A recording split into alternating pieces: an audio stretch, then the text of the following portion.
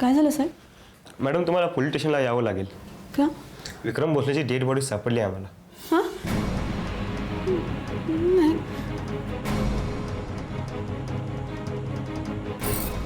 ताई हो ताई.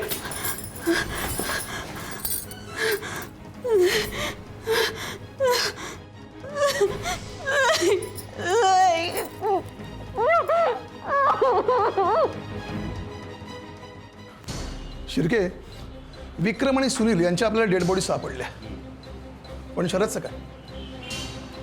त्या शरदची डेड बॉडी आपल्याला सापडली नाही. याचे दोन अर्थ निघू शकतात.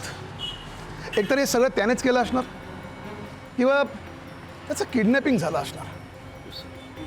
कारण विक्रम जो हिरा घेऊन निघाला होता तो त्याच्यासोबत किंवा त्याच्या गाडीत नाही.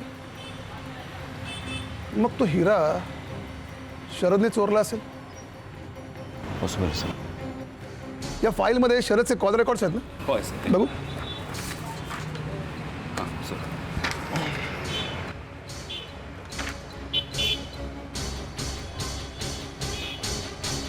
शिर्के, या एकाच नंबरवरून 2 ते 3 वेळेला रात्री अपरात्री कॉल केला गेलाय.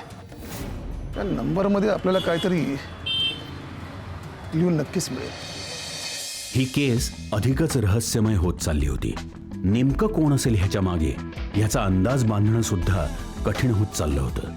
आणि अशातच 2 दिवसांनंतर बसा. साहेब असीम मूळचा साताऱ्याचा, पण कामाच्या निमित्ताने हा मुंबईला जाऊन येऊन असतो. काय असेल काम धंदा काय करतोस? साहेब वो छोटे खडे हिरे और मनी यांचा व्यापार करतो साहेब. म्हणजे गावागावात जाऊन मी कुछ चीज़ों को जमा करता हूँ और शहर में आके छोटे सोनारों को बेच देता हूँ साहब. म्हणजे शरदने तो हिरा तुला विकला होता. बोल, शरद कुठे आहे? साहब अभी शरद कहाँ पे हो मुझे कैसे पता चलेगा? हे बघ असीम, बऱ्या बोलानं खरं सांग, नाहीतर खरं आम्हाला वधवून घेता येतं. शिर्के, सत्कार करायचा. नहीं साहब, साहब ये क्या कर रहे हो आप? मैं बता रहा हूँ ना, मैं शरद से मिला जरूर था और उसके साथ में 2 उसके फ्रेंड भी थे. हाँ, उन्होंने मुझे हीरा बताया था, लेकिन वो हीरे की कीमत 2 करोड़ नहीं थी साहब, वो कुछ हज़ारों का हीरा था.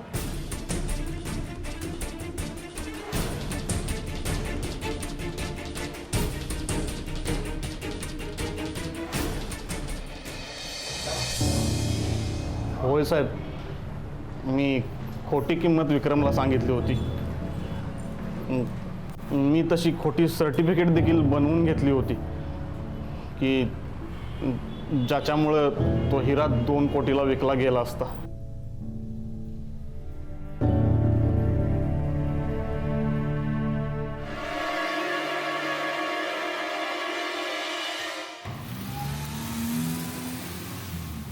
टिपरचा फोन होता. सिंगानी यांनी गेल्या महिन्यात नवीन वॉचमन ठेवला होता. तो आणि त्यांच्या घरी काम करणारी मोलकरीण दोघंही आत्ता थोड्या थोड्या वेळाच्या अंतराने दादर स्टेशनकडे जायला निघालेत. त्यांचा पळून जायचा प्लॅन दिसतोय, पण तसं काही करण्याआधी आपण त्याला गाठायला हवं. रेल्वे पोलिसांना सांगितलंय मी, लोकल पोलीस स्टेशनमध्ये पण सांगून ठेवलंय. बघूया.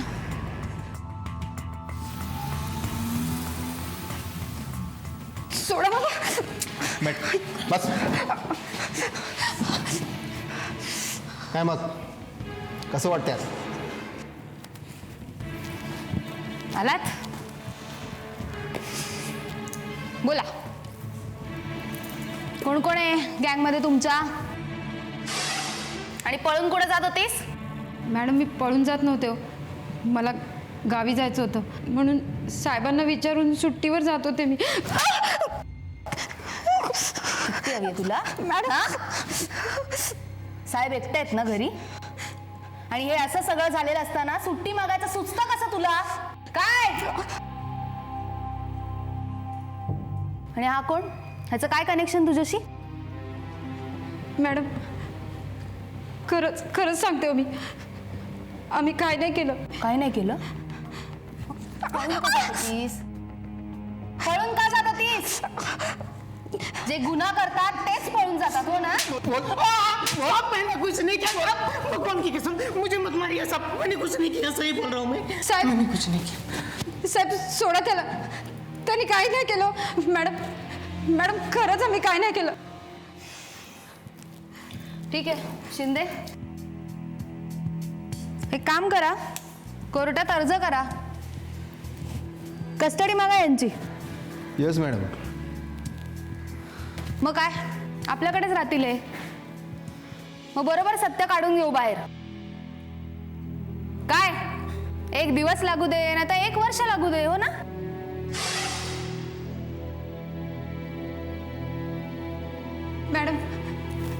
मॅडम नको, मी तुम्हाला खरं काय ते सांगते. मॅडम आम्ही ही चोरी नाही केली हो, पण मी चोरी करणार होते. म्हणजे त्या दिवशी साहेबांनी तिजोरी उघडली आणि नेमकी मी त्यांना चहा द्यायला गेले होते मॅडम. अरे तुम डायमंड नेकलेस ले जाना भूल गई हो तो हम क्या करें? शादी में एक गहना कम है, किसी को पता चलने वाला है क्या? वैसे भी तुम इतने सारे जेवर डालकर गई हो. अच्छा ठीक है, मैं भिजवा दूंगा. हाँ हाँ, ऑफिस के किसी आदमी के हाथ भिजवा दूंगा. हाँ हाँ बाबा, कल ही भिजवा दूंगा, चिंता मत करना. ठीक है, ओके.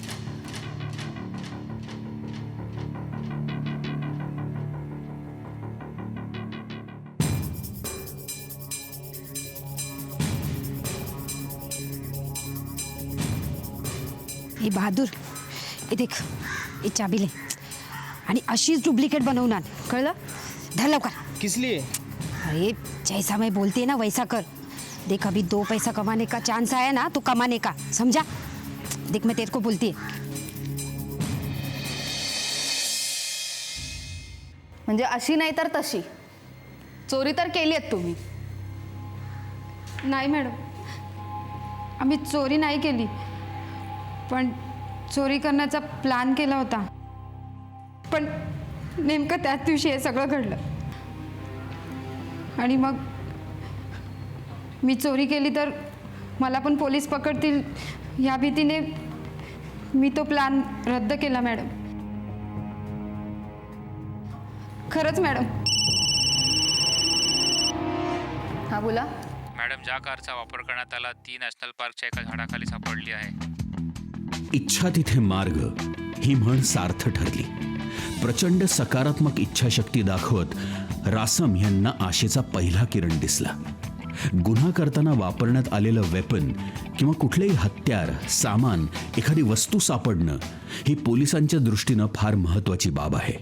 आणि ह्या केसमध्ये हेच घडलं.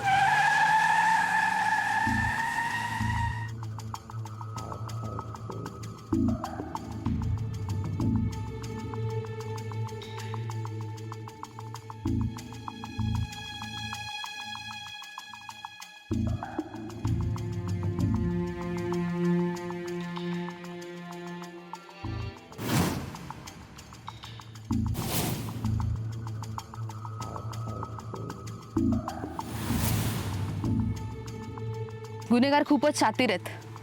फिंगरप्रिंट्स पण पुसून टाकलेत. फिंगरप्रिंट्स मिळाले असते ना तर अशा प्रकारच्या गुन्ह्यात अडकलेल्या जुन्या गुन्हेगारांची मॅच करून बघता आले असते. पण आता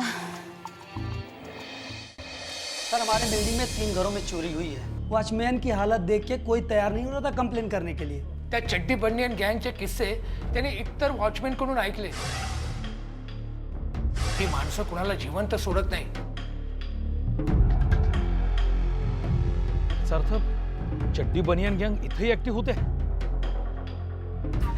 चड्डी बनियन गँग हा काय प्रकार आहे साहेब? हे लोक चोरी करताना अंगावर फक्त चड्डी आणि बनियान घालतात.